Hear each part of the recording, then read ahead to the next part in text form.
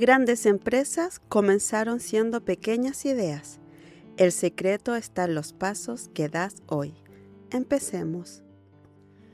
Padre rico, hijo flojo, nieto pobre. ¿Qué significa vivir a la sombra de progenitores exitosos? Por Fernando Vigorena. ¿Por qué es tan difícil que los hijos, a veces, no sepan cuidar lo que sus padres crearon?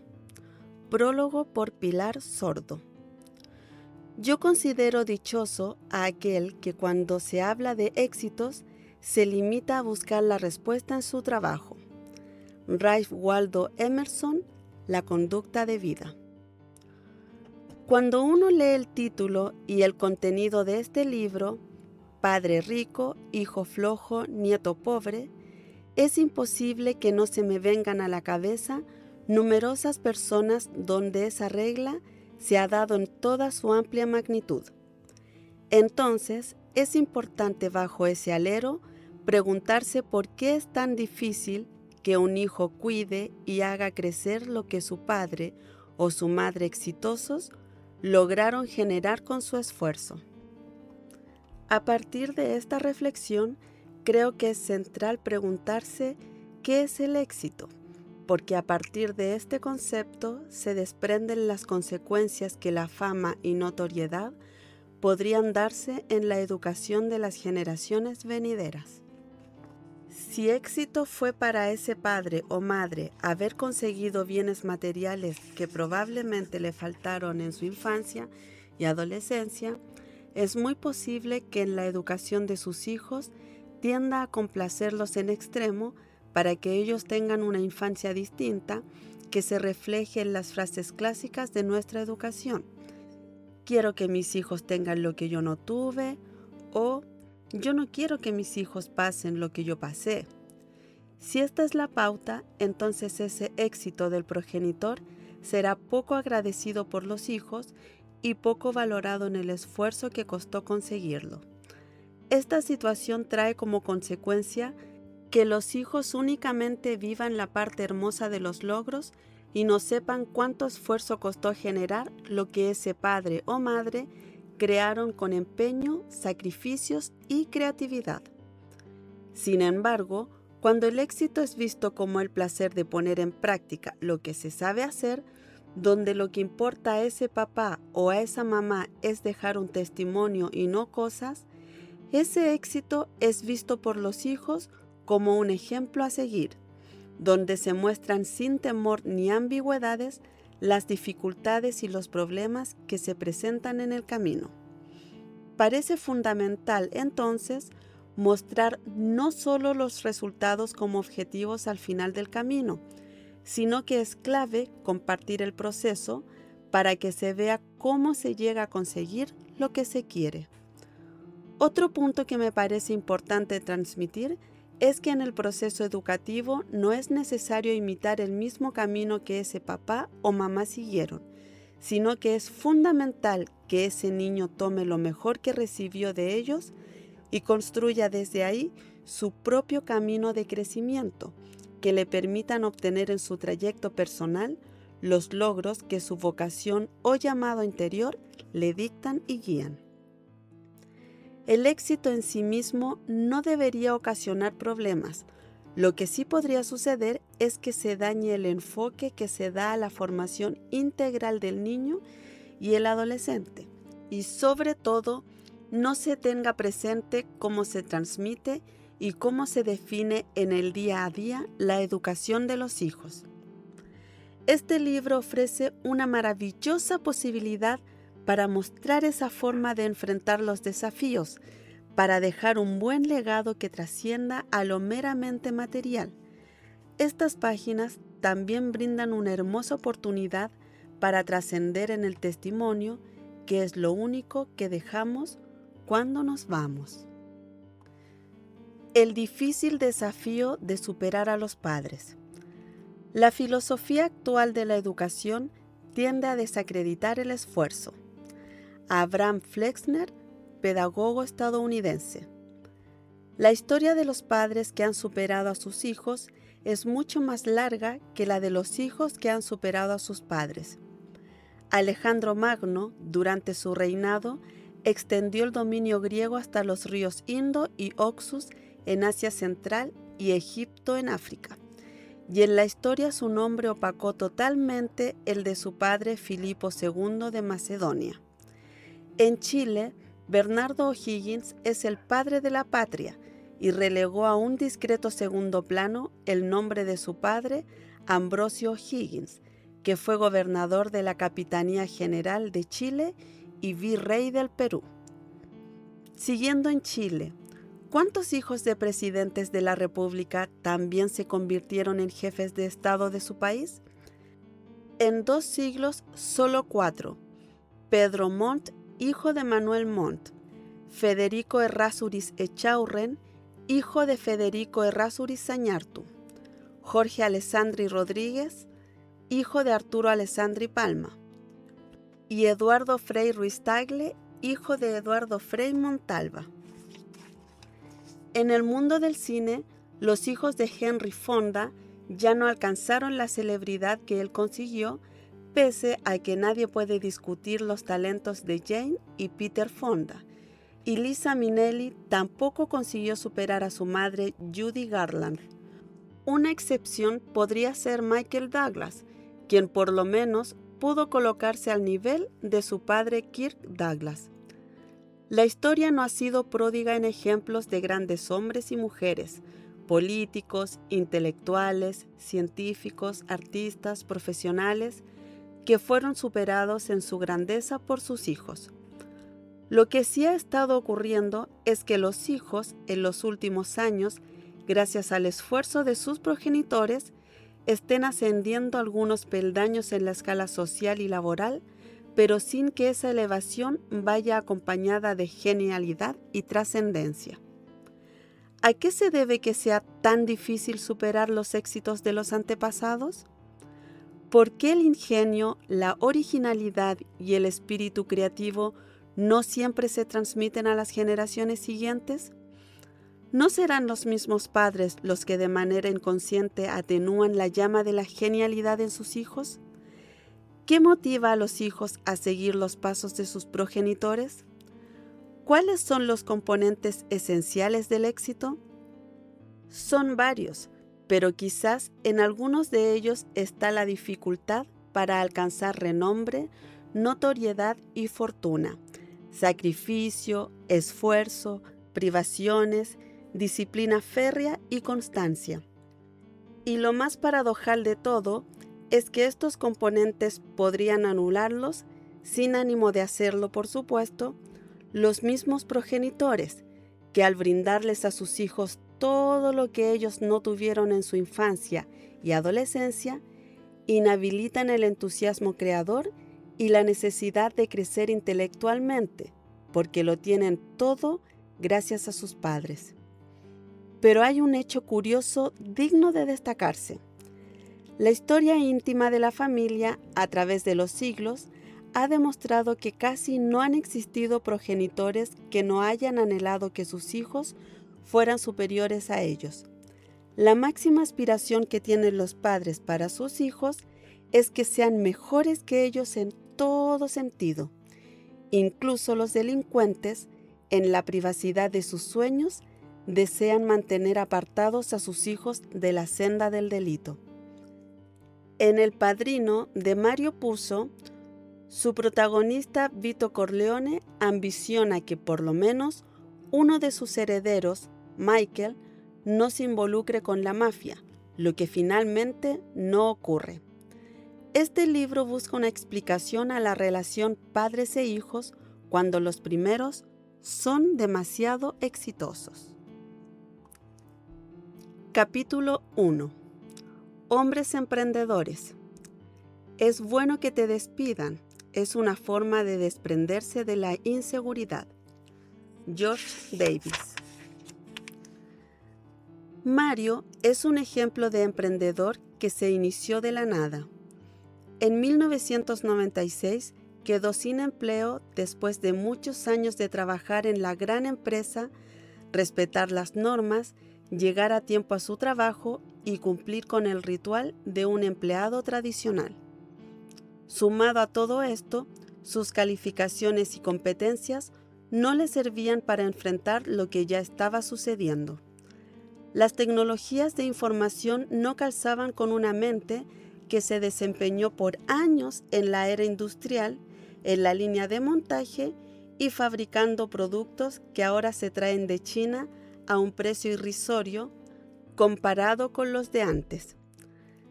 La nueva era del conocimiento lo había retrotraído por completo a la época de los dinosaurios, es decir, lo había dinosaurado. La indemnización que recibió le sirvió de poco para pensar en sobrevivir con ella, y menos para alimentar y educar a sus hijos que ya habían, con suerte, entrado a cursar estudios superiores. Mario pensó que lo único que podía hacer era reinventarse e iniciar alguna actividad como microemprendedor. ¿Pero qué podía hacer en un mundo nuevo para él? Nunca había vendido algo y menos sabía lo que era una factura o una orden de compra. Esta realidad nos lleva a los datos estadísticos del emprendimiento en Chile. El 80% de las pymes y micropymes están formadas por empresarios sin formación profesional y con estudios básicos, pero sí con un espíritu emprendedor que ya se lo quisiera un egresado de Harvard. Mario entonces se vio en la necesidad de pensar por dónde debería volver a comenzar y cómo reinventarse. Su esposa se desempeñaba como aseadora en un edificio en el barrio alto de la ciudad y el día en que Mario fue despedido, decidió ir a buscarla a su trabajo. Para llegar, tuvo que caminar por muchas calles y mientras lo hacía, lo que antes percibía como un problema, ahora lo miraba como una forma de solucionarlo. Ya había estado en otros lugares haciendo la misma observación, detectando deficiencias y buscando oportunidades para solucionarlas y de paso resolver su problema. La Fundación Emprendedores entrega algunos datos al respecto. La mayoría de las ideas de nuevos negocios surgen de la siguiente visión: encontrar deficiencias, descubrir nuevas tendencias, identificar necesidades, copiar lo que ya existe y analizar profundamente las competencias y talentos personales. En el peregrinaje hasta el condominio donde trabajaba su cónyuge, Mario prestó discreta atención a una discusión que sostenían una señora y un jardinero. Ella le reclamaba por el desastre que había dejado en el jardín de su casa.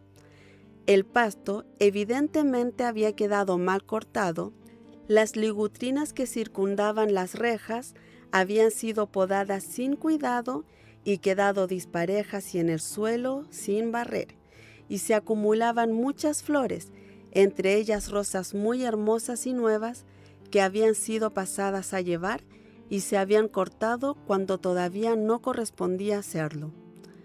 Se detuvo unos momentos y evaluó más de cerca los estropicios.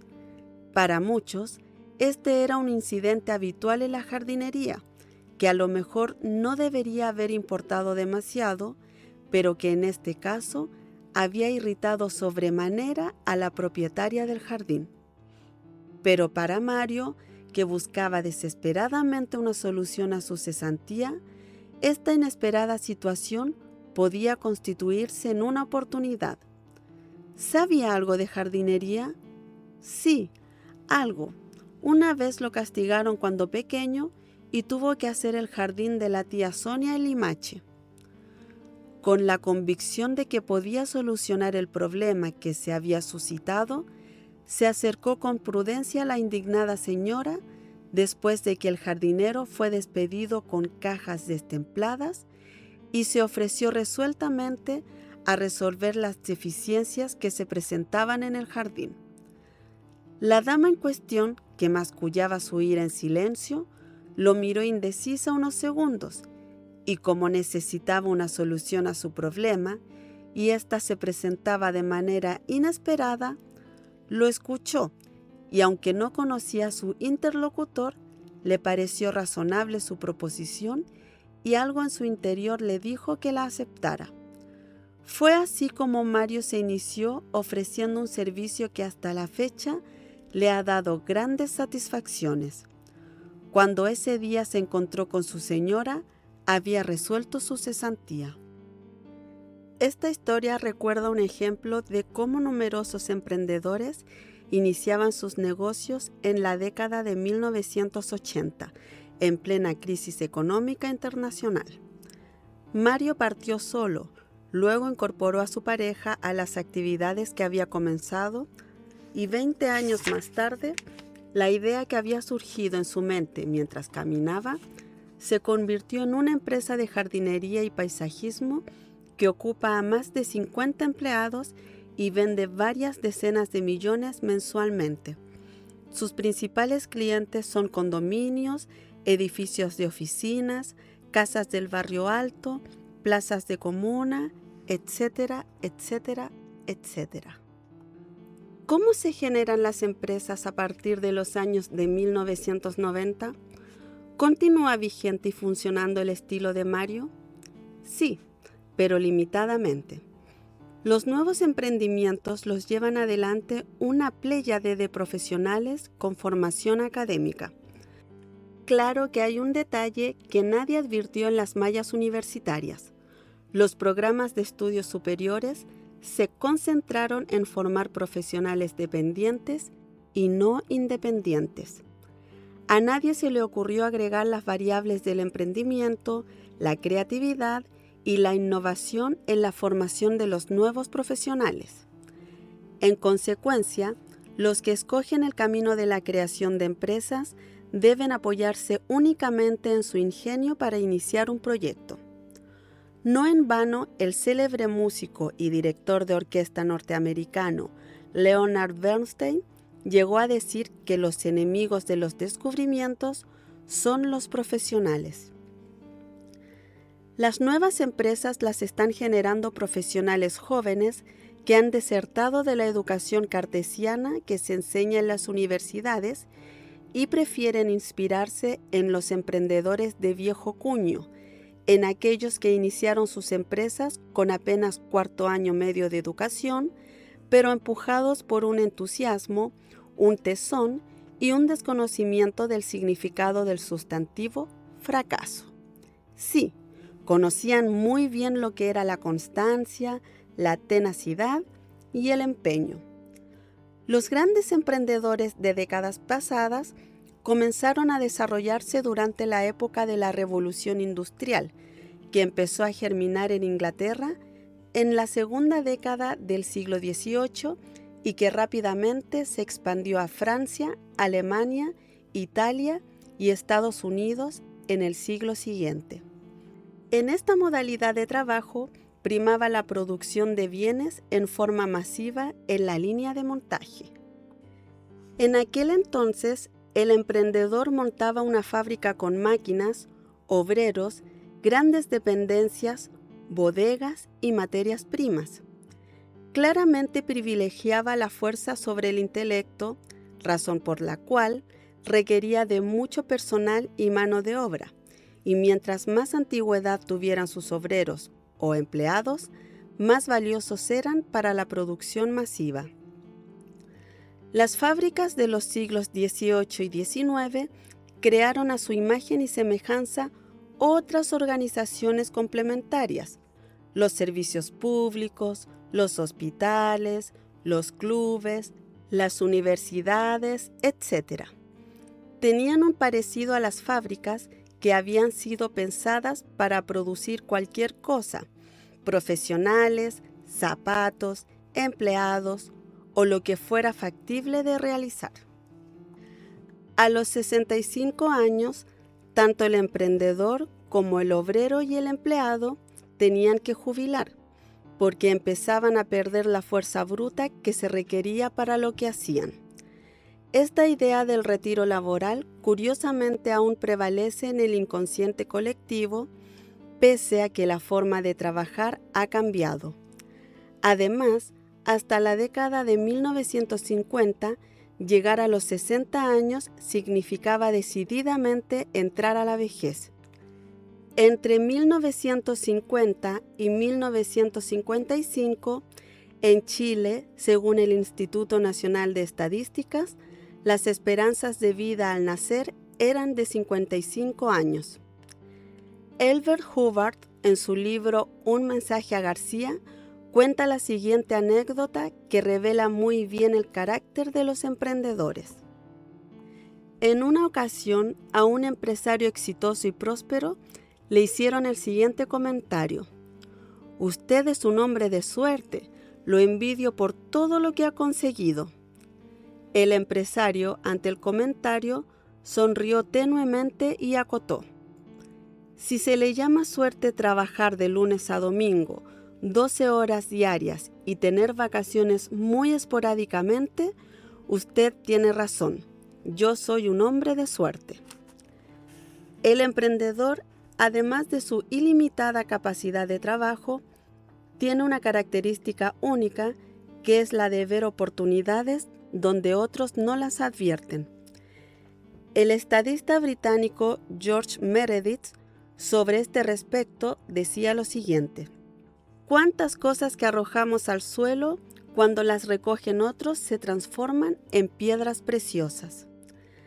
La lista de virtudes del empresario es muy larga, pero tiene una debilidad que él la confunde con una fortaleza. Desea que sus hijos no conozcan, ni menos vivan, los padecimientos por los que tuvo que pasar para levantar su empresa o convertirse en un profesional exitoso, y hace todo lo posible para evitárselos. Su temor a los sacrificios, a levantarse de madrugada, a comer mal, a cuidar la ropa hasta que es imposible ponérsela, y a la pobreza en general, es tan grande que, sin darse cuenta, a veces debilita la pujanza, el tesón y los anhelos de quienes van a ser sus herederos. El empresario británico Oliver Jessel, fundador de Jessel Valores, en una entrevista que concedió a The Times en 1972, afirmó que no contrataba hijos ni cónyuges. Serán más felices, aseguraba, abriéndose camino por sí mismos. Si son buenos, llegarán. Lo peor sería comprarles un trabajo que les proteja de las inclemencias. Un plan alternativo para una carrera de emprendedor. ¿Cómo convertirse en un emprendedor? Teniendo presente lo que viene a continuación. Al buscar prácticas laborales, trate también de trabajar en un negocio pequeño, aunque sea gratuitamente. La experiencia siempre es más valiosa que el dinero. Trate de hallar algún negocio que le fascine, que usted tenga literalmente entusiasmo y amor por él. Una de las claves del éxito es escoger como actividad profesional lo que a usted le encanta hacer, y después tiene que encontrar a alguien que crea en usted y su proyecto y le dé un cheque por eso. Aprenda a vender cualquier cosa. El comercio es una gran fuente de aprendizaje.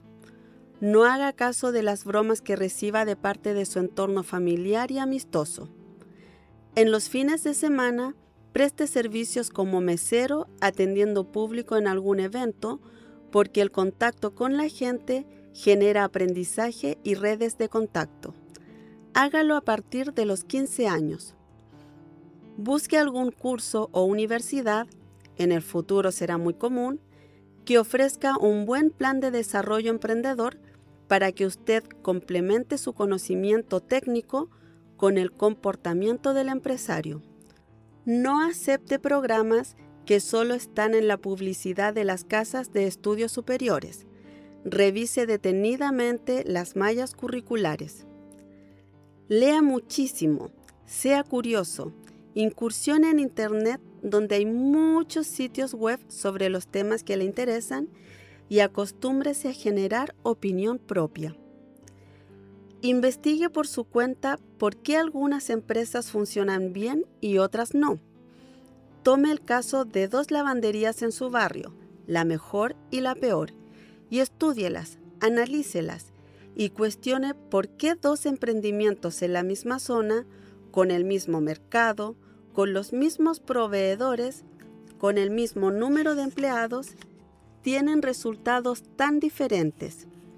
Estudie después las librerías, las carnicerías y varias otras actividades y nunca deje de hacerlo. Iníciese prestando servicios como ayudante de un profesional, asesorías, participación en actividades de su escuela, organización de eventos. Enfrente todas las oportunidades como un desafío. Cuando usted tenga definido cuál es su campo de actuación, prepárese para estudiarlo profundamente. Antes de abrir su negocio, domine completamente el conocimiento de aquello que usted va a emprender. Una última recomendación: no sacamos nada con saber. Es necesario hacer cosas con lo que se sabe. Las personas no valen por lo que saben, sino más bien por lo que hacen con lo que saben. Tenga siempre presente lo que asegura Eudald Domenech, fundador y CEO de Inout TV. Afirma que un componente fundamental del emprendimiento y la innovación es su aplicación exitosa en la comercialización. No basta crear algo, sostiene, sino que es preciso introducirlo en el mercado para que las personas puedan disfrutar de sus beneficios. Finalmente, cuando se convierta en un empresario exitoso, no olvide los padecimientos que tuvo que pasar para consolidar lo que tiene. No olvide que lo que tiene es consecuencia de escasas horas de sueño, de tenacidad sin límite, de renuncias a todo lo que hace grata a la existencia, de privaciones, de hambre, de jornadas de estudio y trabajos interminables, de perseverancia y obstinación. Tampoco olvide los fracasos que quedaron en el camino y cómo pudo sobreponerse a ellos. Cuando haga este ejercicio, sentado en la comodidad de su nueva vida, piense en sus hijos y en la existencia que ellos llevan gracias a usted, sin penurias, sin sacrificios, sin sobresaltos, sin hambre y con todo el tiempo del mundo para perderlo. A lo mejor también van a tener el tiempo suficiente para perder lo que usted construyó. El empresario estadounidense Jim Rohn siempre recordaba que el éxito es la aplicación diaria de la disciplina. El escritor Truman Capote aseguraba algo parecido, y el novelista Victor Hugo insistía que el éxito es el resultado de la constancia, los sacrificios, el método y la organización. Capítulo 2. Los hombres que crean riqueza. Me interesa el futuro porque es el sitio donde voy a pasar el resto de mi vida. Woody Allen. Si te atrae una lucecita, síguela. Si te conduce al pantano, ya saldrás de él. Pero si no la sigues, toda la vida te mortificarás pensando que acaso era tu estrella. Lucio Anneo Séneca. Los consumidores no son los responsables del desarrollo de un país. Los consumidores tienen aspiraciones, necesidades o deseos que permanecerían sin satisfacerse si no existiera un emprendedor que invirtiera en proyectos para encontrar maneras de suplir esas necesidades. Los emprendedores y los empresarios invierten sus patrimonios, su tiempo y sus ideas en la creación y desarrollo de nuevos y mejores productos y servicios para satisfacer los deseos de los consumidores.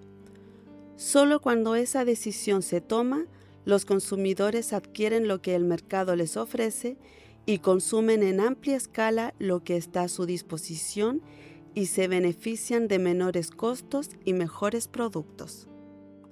De esta forma, el emprendedor conquista nuevos mercados y se va expandiendo continuamente para convertirse en un integrante esencial del sistema económico. Algunas características de los emprendedores. 1. Dispuestos a enfrentar riesgos.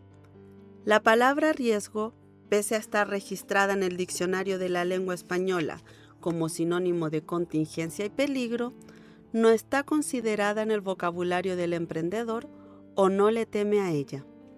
Las escuelas la han eliminado de los textos de estudio o la ignoran, y en las universidades es un tema complejo al momento de abordarla, sobre todo cuando se trata de estudiar proyectos que los emprendedores han llevado a cabo.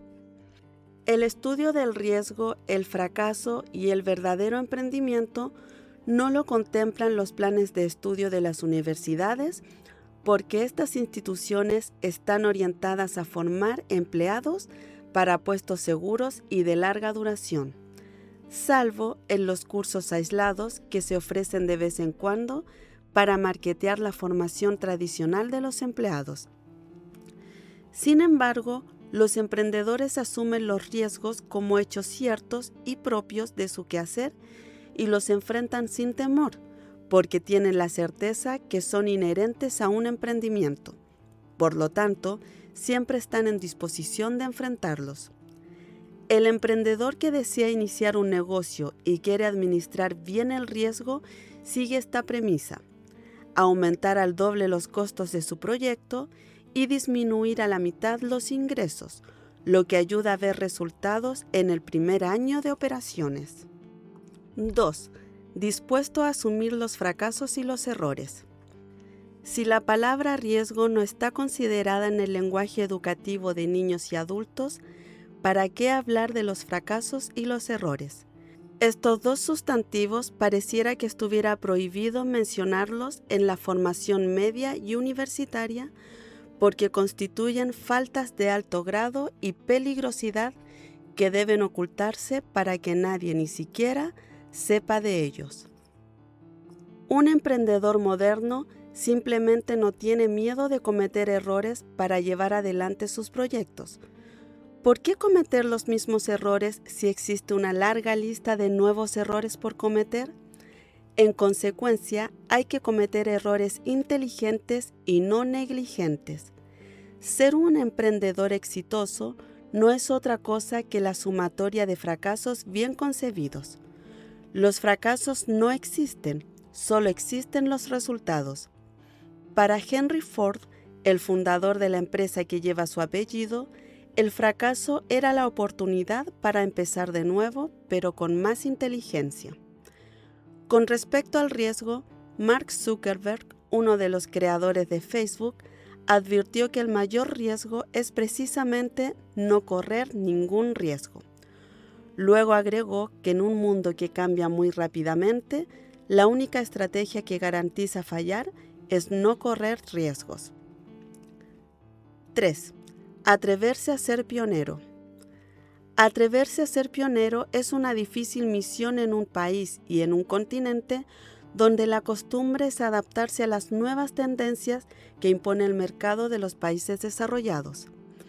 Pese a esta dificultad, hay muchos que se autodenominan pioneros en algún rubro del emprendimiento.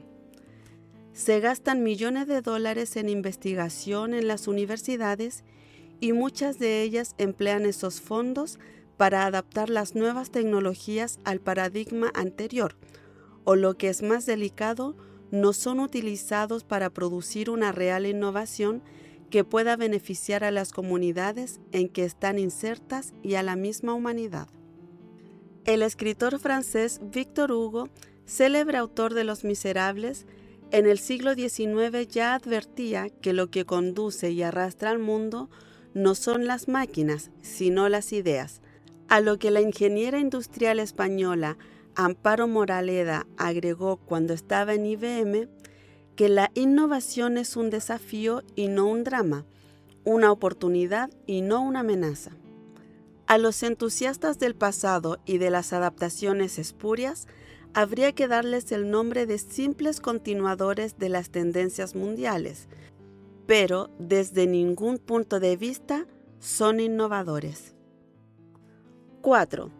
Los que disfrutan del camino hacia la meta y no solo de la llegada. A la empresa actual le sobran las palabras grandilocuentes que las definen y describen, los discursos moralistas y las reuniones estériles. Le falta silencio activo y creador, como también acción ejemplar y comprometida. Esta crítica se hace extensiva también al mundo de la formación educacional, excedida de diplomas, banalidades y, para colmo, contagiada con la enfermedad de la titulitis. La empresa actual se percibe huérfana de ideas, sueños, conflictos y desafíos concretos. Los jóvenes emprendedores no quieren la protección del Estado, sino el despertar de sus pasiones y objetivos. No buscan la riqueza fácil, menos el poder político, y están llanos a asumir los riesgos del emprendimiento. Todo lo contrario, los buscan para generar bienestar a las generaciones futuras. Ellos son diferentes a la denominada gente seria, que privilegia la razón en lugar de la pasión. La gente seria trabaja en grandes corporaciones aplicando sus conocimientos para el bienestar de la misma y desgraciadamente no reconoce a quienes buscan hacer cosas diferentes. 5. Sus aspiraciones van más allá del dinero. Mientras el emprendedor o pyme buscaba la riqueza y el bienestar material, las nuevas generaciones de emprendedores buscan su realización personal, su identidad, el sentido de la vida que lo diferencia de la masa, que le permita el día de mañana caminar con su hijo por la calle y decirle: eso que ves ahí, lo hice yo. Desean además dejar una marca en la vida, como lo hacían los pioneros en el viejo oeste norteamericano, que estampaban su nombre en las rocas para hacer saber que habían estado en ese lugar y habían contribuido al desarrollo de su país. ¿Por qué cometer los mismos errores si hay tantos nuevos errores por cometer? Claro, pero como decíamos, cometer errores inteligentes y no negligentes. Los nuevos emprendedores enseñan que determinar un alto nivel de objetivos constituye el primer paso para convertir lo invisible en visible, que son los cimientos de todo éxito en la vida. Es como si una inteligencia infinita llenara cualquier molde que se crea, usando como fuerza modeladora los propios pensamientos y emociones. Así lo dice una parte de este verso de Claude Bernard, 1813-1878, fisiólogo francés. Si piensas que estás vencido, lo estás. Si piensas que no te atreves, no lo harás. Si piensas que te gustaría ganar, pero no puedes, no lo lograrás. Si piensas que perderás, ya has perdido. Porque en el mundo encontrarás que el éxito empieza con la voluntad del hombre. Gente como Bernard enseñan que se puede soñar en grande. En vez de colocar nuestras experiencias en un dedal, hay que ponerlas en un tonel gigantesco, hacer una obra maestra y no interpretar la vida a través de las pinturas de los demás. Si no puedes ser autopista, sé una senda. Si no puedes ser el sol, sé una estrella. No es el tamaño el que dirá tu éxito o fracaso, pero sé el mejor de lo que puedas ser, decía el poeta estadounidense Douglas Malloch, 1877 a 1938. La acción emprendedora nace con un sentimiento de insatisfacción de la persona, principalmente con lo que le está pasando en su carrera profesional. Un sentimiento de frustración y disgusto, que en algunos casos no lo deja dormir y lo torna irritable. Nace el deseo de dejar un testimonio en la vida, algo que lo sustente en el futuro, una razón para sentirse importante. Comienza así la búsqueda de algún producto o servicio que pueda generar el desarrollo de un nuevo negocio que solucione el problema a un consumidor, siempre en la búsqueda de nuevas cosas.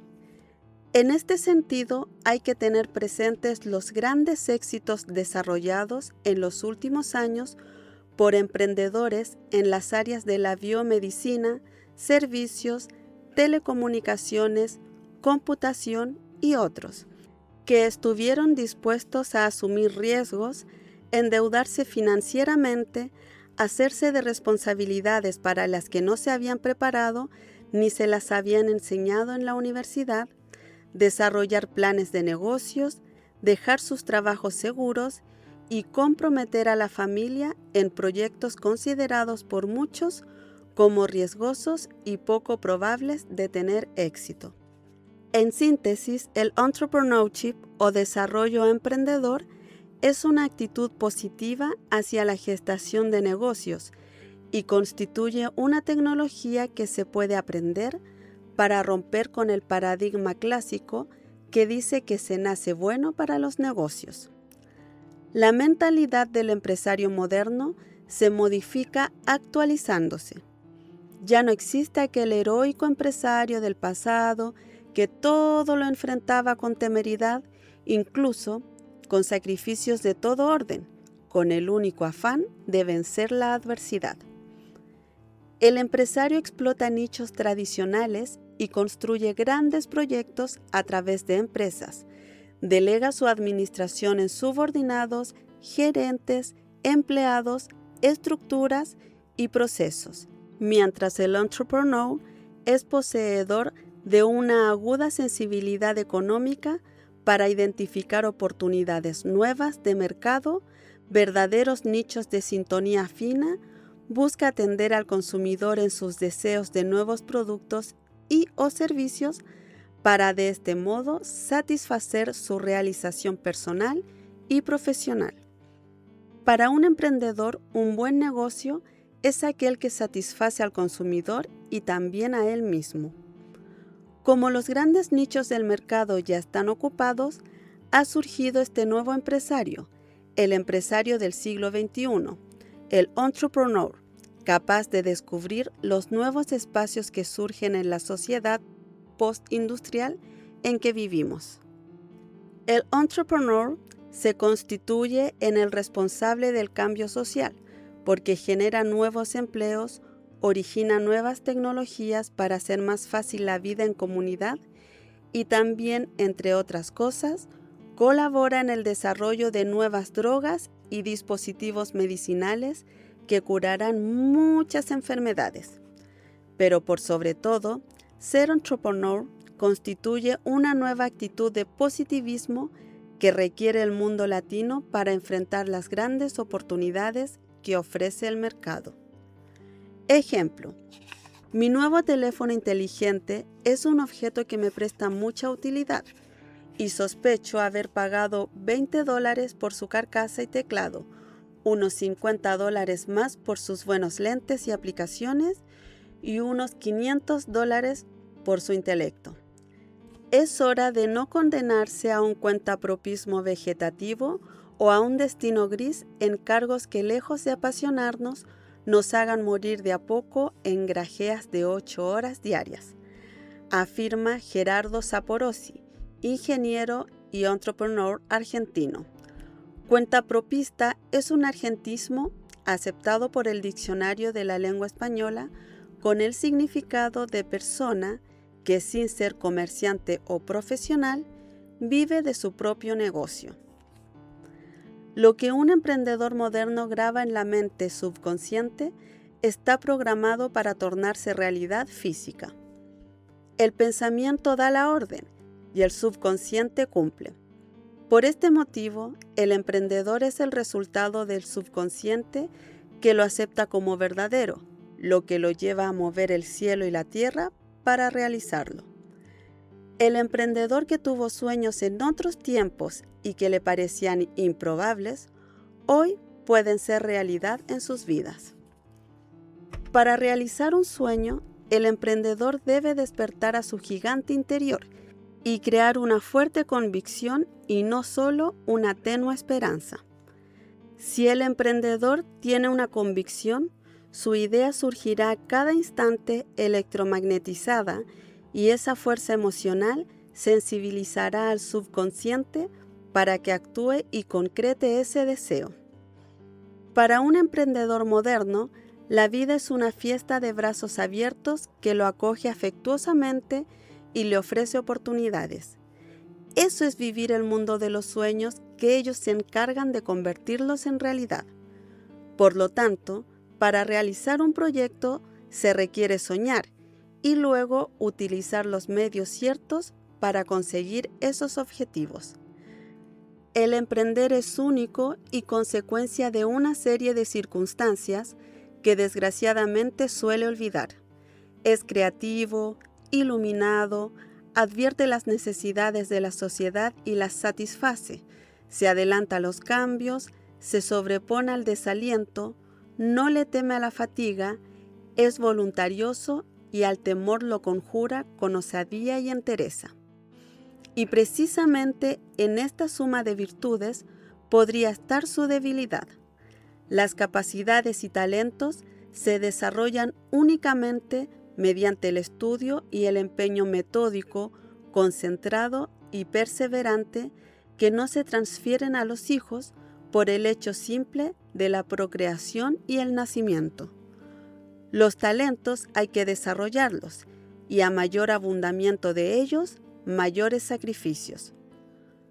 Los hijos de las mujeres y los hombres exitosos están siempre dispuestos a las privaciones cuando lo tienen todo. Capítulo 3. El temor a fracasar. No es una deshonra no alcanzar una meta, sino cesar en los esfuerzos para alcanzarla. Lucio Anneo Séneca. El mundo está dividido en dos tipos de personas, los que lloran y los que venden pañuelos. En una oportunidad, en la década de 1980, en un evento empresarial, el dueño de una gran industria fue invitado a un foro para debatir sobre la crisis del sector industrial de la ciudad. Un empresario fue a buscarlo al aeropuerto y, como había tiempo, lo convidó a recorrer su compañía. Cuando llegaron al parque industrial donde estaba la firma, el visitante se encontró frente a una fábrica que funcionaba en 3 turnos a toda máquina y con un pabellón vecino arrendado para aumentar la producción que se exportaba a China, Rusia, Estados Unidos y Europa. El empresario invitado no se contuvo y preguntó: «Un momento, ¿no vinimos al encuentro a discutir la crisis de su sector?» «Crisis para los otros», le respondieron. «La verdad es que nosotros estamos preparándonos para los nuevos tiempos de globalización, alianzas estratégicas, aumentos de impuestos y de una mayor competencia, motivo por el cual ya hemos llevado a la práctica varios programas de calidad y productividad, externalizando medios y concentrándonos en los fines». El anfitrión continuó entusiasmado con su explicación. «La verdad es que mientras yo trabajo 12 horas diarias en dirección a la modernidad, los otros empresarios de la ciudad forman comisiones para hablar con diputados, secretarias y ministros pidiendo protección para el sector. Hoy muchos de ellos están arruinándose. Nunca entendieron el nuevo tiempo que estamos viviendo». La vieja y manoseada historia lamentablemente se repite una y otra vez. Existen los que lloran y los que venden pañuelos. Un verdadero emprendedor no busca la protección de los gobiernos de turno, porque los cambios se suceden con mucha rapidez y permanentemente hay que estar reaccionando para ir adecuándose a las transformaciones. Los que llegan a la meta son los que corren en primera fila. Los demás atrás se desgastan en el camino conversando con quienes no deben hacerlo. El mundo está repleto de gente equivocada. Sus anuncios y sus reflexiones han quedado para el recuerdo como ejemplos de ceguera y desorientación. No existe razón alguna para que alguien tenga una computadora en su casa, llegó a decir Ken Olsen, presidente de la Digital Equipment Corporation, que vendía solo computadores de gran tamaño en 1965. «Creo que el mercado mundial no admite más de 5 computadores», aseguró Thomas J. Watson, presidente de IBM en 1943. ¿Quién diablos quiere oír hablar a los actores? solía repetir Harry Warner de Warner Brothers Pictures en 1927. No nos gusta el sonido de ellos.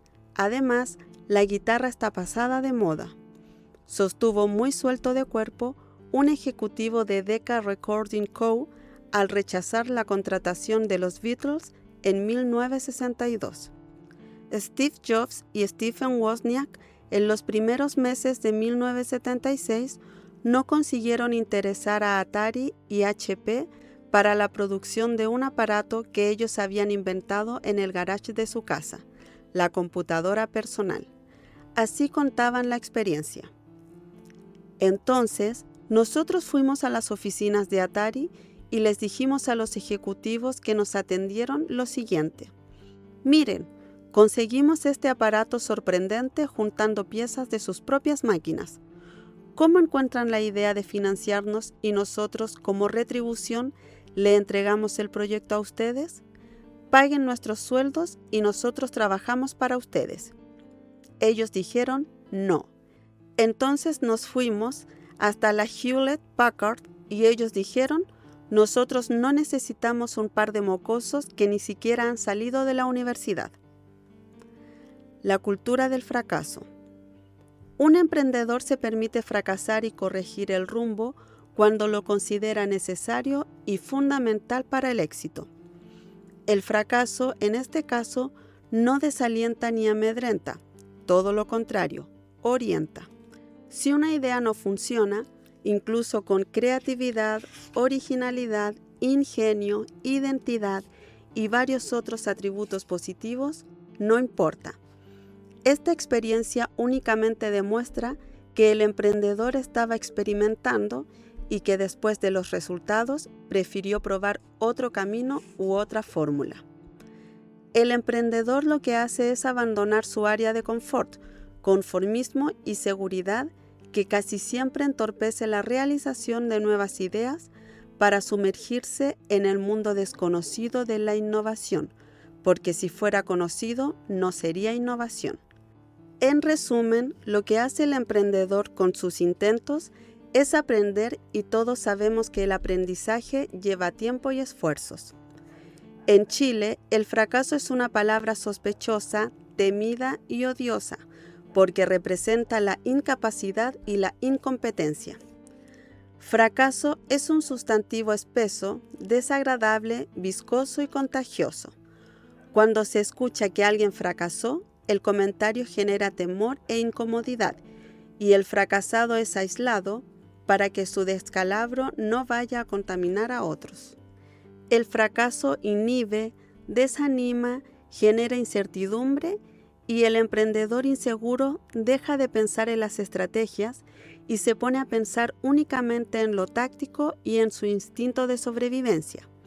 Él ahora se convierte en detrimento del futuro. Conclusión: el emprendedor no innova, no experimenta y no descubre nuevas oportunidades. En Chile, los fracasos se ocultan y en Estados Unidos se comparten. La gente habla con naturalidad de sus fracasos porque se entienden como una dificultad pasajera que se puede revertir o superar. En Estados Unidos, el que se arriesgó y le fue mal, lo vuelve a intentar, pero no se consume en el revés. Por esta razón es tan importante que en nuestra cultura educacional y formativa se creen espacios para que los jóvenes puedan testear y fallar. No es posible seguir enseñando a no fracasar, a crear una cultura del cero riesgo, sobre todo cuando se enseña a buscar empleos seguros. El poeta inglés Arthur Clough, en el siglo XIX, acostumbraba a decir que es mejor haber peleado y perdido que no haber peleado nunca. Los emprendedores siempre van más allá de la meta, no le temen a los desafíos del crecimiento y solo fracasan cuando no están dispuestos a pagar el precio del éxito porque no saben o se les ha olvidado que incluye varios fracasos previos. Albert Einstein, el famoso físico, decía que la fantasía es más importante que el conocimiento. Entonces, es triste comprobar que en algunos ambientes educativos la fantasía sea una infracción a la férrea norma de repetir para memorizar y no criticar. Afortunadamente, en muchos colegios y universidades se ha empezado a valorar la creatividad en toda la riqueza que aporta. Los educadores que odian la rutina tienen la posibilidad de abrirse a caminos insospechados de originalidad con resultados sorprendentes de enriquecimiento de la imaginación. ¿Cuándo se manifiesta el temor a fracasar? En todos los campos de la vida, los sacrificios son necesarios, pero como también en todas las cosas de la vida hay límites, y sacrificar el lado personal en beneficio de la empresa no es una buena elección. Existe un límite entre trabajar 20 días seguidos y quedarse trabajando en la oficina, negocio o industria hasta avanzadas horas de la noche. Es necesario mantener los equilibrios para preservar la calidad de vida y aumentar las posibilidades de éxito en el emprendimiento. Revisemos 5 razones por las cuales el temor al fracaso se concreta. 1. No considerar el largo plazo. La planificación a largo plazo es esencial en los proyectos de los emprendedores. Saber administrar los movimientos futuros del negocio ayuda a mantener las operaciones saludables. Los emprendedores suelen ser muy inmediatistas e impacientes, lo que perjudica el resultado favorable de los proyectos. Para conciliar una visión de largo plazo, es necesario generar metas intermedias concretas de corto plazo. El ejecutivo tiene un ciclo de planificación de 1 año, el emprendedor de 1 día o 1 semana. 2. No tener control financiero. Además de desconocer buena parte de los conceptos de finanzas, que son indispensables para llevar a buen puerto un emprendimiento, faltan controles financieros. Muchos emprendedores le dan importancia a las planillas de cuentas por pagar y al flujo de caja. Las empresas creen que son controles financieros, pero son solo controles de caja o tesorería. El control financiero incluye indicadores basados en datos contables y tributarios de la empresa que mantiene información estadística de años anteriores que permitan estudiar el pasado de la empresa observando los resultados ya generados en periodos anteriores. En este caso, el balance patrimonial, el presupuesto y la auditoría son elementos básicos. 3. Perder la noción de la realidad. Una de las características que pueden llevar al fracaso a los emprendedores es el optimismo exagerado. Creen que sus ideas van a resultar y se arriesgan impulsados por el entusiasmo y no por la reflexión.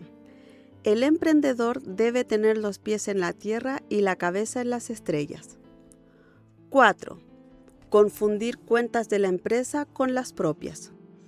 Una explicación clásica para el fracaso es mezclar las cuentas de la empresa y los gastos personales, pagando con fondos de la empresa, la cuenta de la luz y el colegio de los niños. Esto puede acarrear serios problemas tributarios en un futuro cercano. Pedro es un empresario que se dedicó por varios años a pagar todos los gastos de supermercado y de benzina con facturas a nombre de la empresa. El Servicio de Impuestos Internos únicamente acepta los gastos que son necesarios para producir la renta de la empresa, y como él no lo estaba haciendo, tuvo que pagar una fuerte multa que casi le produjo la quiebra de su empresa. 5. No estar al tanto de los nuevos mercados. Muchos emprendimientos y muchos emprendedores no están al tanto de los cambios del mercado. El producto o servicio que hace un par de años era aceptado y demandado por el mercado, hoy puede quedar obsoleto. Un ejemplo actual es el caso de los teléfonos inteligentes, que están haciendo desaparecer las cámaras fotográficas porque la calidad de una fotografía captada por este nuevo medio es de similar o mejor calidad. El emprendedor que no se anticipa a las tendencias que marcan la modernidad podrían arruinar su negocio. Jorge Es un emprendedor que se instaló hace unos 10 años con un gran taller de reparación de televisores. Durante 5 años ese negocio fue próspero, pero a pesar de que las tiendas se llenaban de un nuevo concepto de televisores, los LED de pantalla plana, nuestro emprendedor pensó que habría mucha gente que permanecería en el mercado de los televisores tradicionales. Pero ahora los televisores tradicionales solo se pueden comprar usados y a mal traer en las ferias de pulgas o similares. El cambio de mentalidad de los usuarios, que Jorge no advirtió, le costó un proceso de reinvención que lo llevó a otro mercado, donde se mantiene en la actualidad. Hoy casi nadie repara lo que se daña, se cambia. Otros casos han estado afectando a las inmobiliarias, las que aún no detectan algunas transformaciones del mercado de la construcción y venta de departamentos. Ya fue el cambio de departamentos grandes a más pequeños, pero aún quedan otros, como el caso de las dependencias de los mismos que ya no se están usando. Uno de ellos es el de los comedores en los departamentos. Estos están quedando obsoletos, porque la familia ya no se reúne como antes a las horas de almuerzo y comida. Para la mayoría de la población, este es un problema. Para el emprendedor, esto es una oportunidad. Pero es indudable que a lo que más temen los emprendedores que partieron desde muy abajo y los profesionales que sobrellevaron estrecheces, es a la pobreza que algunos conocieron en su niñez y juventud y que esperan que nunca conozcan sus hijos. En el siglo XIII, el filósofo catalán Raimundo Lulio, 1235 a 1315, advirtió que la pobreza camina mucho más rápido que la riqueza y que por esa razón el emprendedor toma distancia de los apuros y las penurias que alguna vez padeció. Se aleja de ambos de la única manera que sabe hacerlo, creando riqueza y no descansando en su quehacer porque siente el aliento de la miseria detrás de él. En el colegio aprendió y la vida le enseñó que los hombres son pobres cuando no se sacrifican, cuando pierden el tiempo en nimiedades improductivas, cuando descuidan la disciplina y cuando ceden a las tentaciones de la comodidad. El emprendedor conoce su empresa hasta en los detalles más insignificantes. Sabe cuánto tiempo demora un junior en ir al banco y volver, porque alguna vez él también tuvo que hacerlo. Sabe cuánto tiempo se invierte en hacer un buen aseo en sus oficinas, porque cuando empezó tuvo que usar el plumero para sacudir y la aspiradora para eliminar el polvo. Sabe cuánta benzina se gasta en la distribución de sus productos, porque él empezó manejando el viejo camión de reparto de la firma. Sabe cuando le dicen la verdad y sabe cuando se la disfrazan. Su vida ha sido una preparación constante que va a terminar con el último suspiro.